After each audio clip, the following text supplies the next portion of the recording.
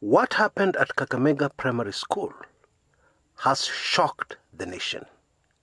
And even sadder is the fact that it happened at around the same time that the second president of Kenya passed on.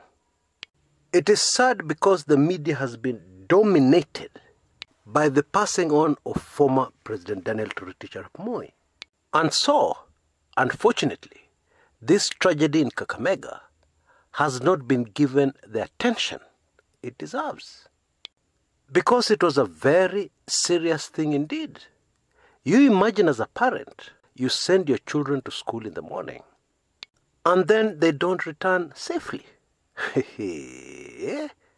Imagine what a parent would feel.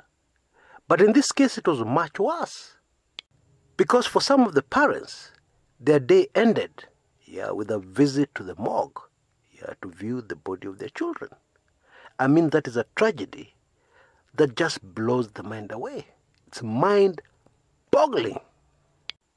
And quite understandably, it is still a very sensitive issue. Because I have full empathy for those parents who lost their kids. And the last thing they would want is somebody trying to speculate concerning the circumstances where they lost their loved one. Still, Kenyans want answers. And in this video, we will take a deeper look based on eyewitness reports and based on the information that I've been able to gather thus far. Let us start by acknowledging the obvious. If you're building a primary school, and we understand there's pressure on land, you can't get pieces of land the size you would want, especially for an institution like a school. Still, to me, it does not make any sense to have a primary school where you have a 3-story building. And in this 3-story building, you don't have extra precautions, because kids will always be kids. I am talking of precautions like very high railings, completely sealed off, with very small spaces in between, because these kids are tiny, so that no kid can be able to get through those railings and plunge down, 2 floors down. Number 2, it does not make sense to have such a 3-story building without taking extraordinary precautions against fire. Because you're not dealing with adults. And when a fire breaks out, the number of exits, and also the size of those exits becomes critical. And I'm aware of the fact that in Kenya, we're not serious in our buildings about putting up special fire escapes for storied buildings. Still, we are dealing with our children here. And so, going forward, that has to be addressed. But having said all that, there are a few things that we must appreciate about this particular case. The administration of Kakamega Primary School had already taken some precautions. Not enough, but some precautions were in place. And those precautions should have prevented this tragedy from happening. For instance, there was a lot of emphasis on the orderly, very orderly filing of students out of classes. The claim that children frequently ran down the stairs from the classroom, I've been able to establish is not true. Now, this is an important point to take into consideration, because there's still a very deep, nagging mystery about this tragedy. Multiple eyewitnesses say that there's something which greatly frightened the kids, and that is what caused the stampede. In fact, some eyewitnesses say that what frightened these children was something completely out of the ordinary. Many Kenyans already have this information. And the question that remains is, what was this that frightened the children so much, that they abandoned the usual discipline, that they stopped fearing and respecting instructions from their teachers, and instead scrambled down the stairs. Indeed, some of them were so terrified that it appears they actually jumped from the highest story of that building. Now, if there's any truth in those particular eyewitness accounts, and I believe there is, because how else can you explain what happened? If this is true, then we have a big problem. And the big problem we have, as Hezron puts it, educated people are not supposed to consider the supernatural. To educated people, the spiritual realm does not exist. Everything, and I mean everything, to them has a scientific explanation. And in fact, some people get so educated that they believe God Almighty does not exist. Now, this is ridiculous and indeed fascinating, because nobody has seen electricity. But people believe that electricity exists. Why? Because of the manifestation of electricity. And in the same way, nobody has seen God Almighty. But in the same way, and indeed even much more, there is a lot of manifestation every day of God Almighty. Even in your personal life, and even in the personal lives of these people who do not believe God Almighty exists. Because for instance, the way some of them got educated is a miracle, which cannot be explained scientifically. But it happened. Now, if one were to consider the supernatural or the spiritual being the main cause of this terrible tragedy at Kakamega Primary School, which of course will never happen in 100 years, but if somebody were to do that, then there are various possibilities that come into play. And the very sad and unfortunate thing here is that some of these possibilities present us with something that I don't want even to think about. Indeed, it would be the same with any Kenyan who has got a heart and is human. They would not want to think of it. What am I talking about? The possibility of a similar tragedy recurring. I know we have some very educated people on this channel. I'm very much aware of that. But I will still say the following. The spiritual realm is real. It exists. And there's evil. There's a lot of evil that can also be visited on people, including innocent children, from the spiritual realm.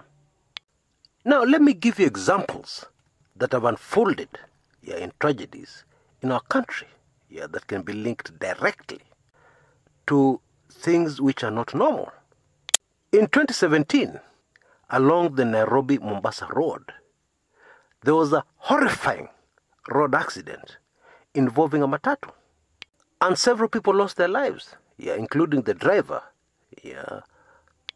who would have been able to confirm whether a certain eyewitness account from a survivor from that accident was true. A very crazy eyewitness report. And this is what the eyewitness said. The accident occurred because shortly before the head-on collision of that Matatu and an oncoming vehicle, a lorry, I believe, the driver indicated that he had seen a big snake in the middle of the road. And therefore he swerved to avoid that snake. And in swerving to avoid that snake, he met with the oncoming vehicle. What? Now, that was an eyewitness report that was actually published in our press, in the Kenyan press. Now, logically speaking, if you're driving a vehicle carrying many precious souls, even a few precious souls, including your own, and you see a snake on the road, you would not want to avoid it. Why would you want to avoid it? Is the life of that snake more precious than your own? And in case you're carrying people, the lives of those you're carrying in your vehicle? And so that decision by that driver doesn't make sense. And indeed, a lot of things that are caused by spiritual happenings don't make sense. And that is not all. This particular accident happened in the year 2017. Now, if you remember, 2017 was an election year.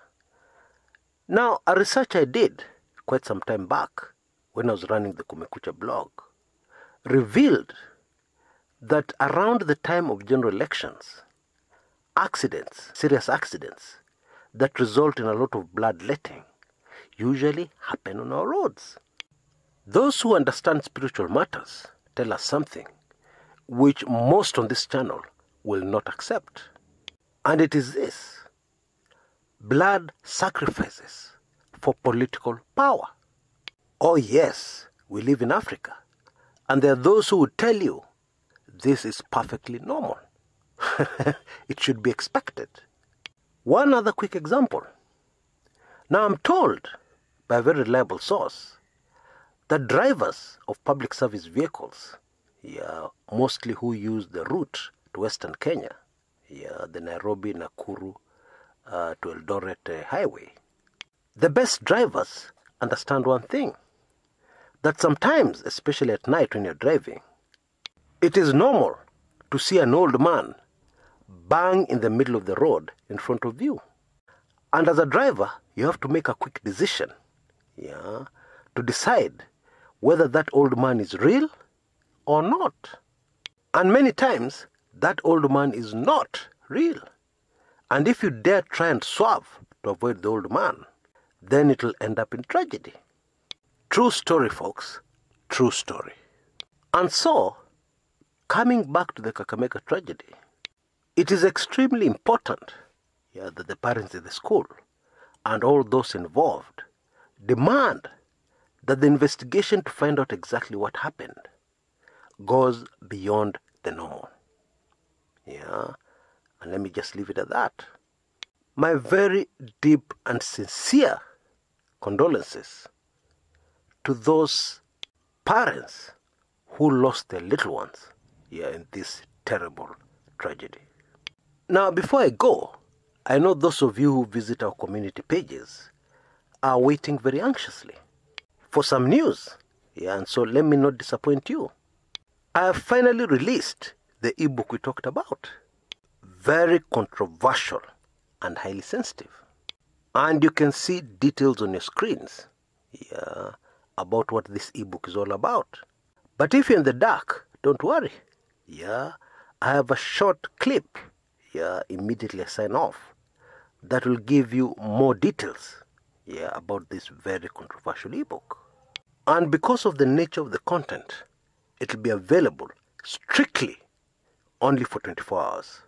After that, kwisha maneno. And so the clock will start ticking a few minutes to midnight Kenyan time, today, Saturday, and will end tomorrow a few minutes to midnight Sunday. And if you're already a Club 1999 member, or a weekly intelligence briefings subscriber, the ebook will cost you only $19.99, 1,999 Kenya shillings. And if you're not yet a subscriber, it'll cost you $25 or 2,500 Kenya shillings. But the advantage is this: if you're not yet a subscriber to Club 1999 or WIB, purchasing this ebook at 2,500 Kenya shillings or $25 will give you 1 year's subscription free to both weekly intelligence briefings and Club 1999. So it is real value. I did a survey using our community pages to establish the level of interest in this particular ebook before we made the decision to release it. And so for those who are interested, the clock is ticking. So you need to take action right away. You need to send a blank email to the email address that has been displayed on your screens. And you'll get an immediate response giving you full payment details. Go for it. More so, because this particular ebook is very closely linked to the legacy of the second president of Kenya. Let me just leave it at that. Until next time, this is Chris Kumekucha.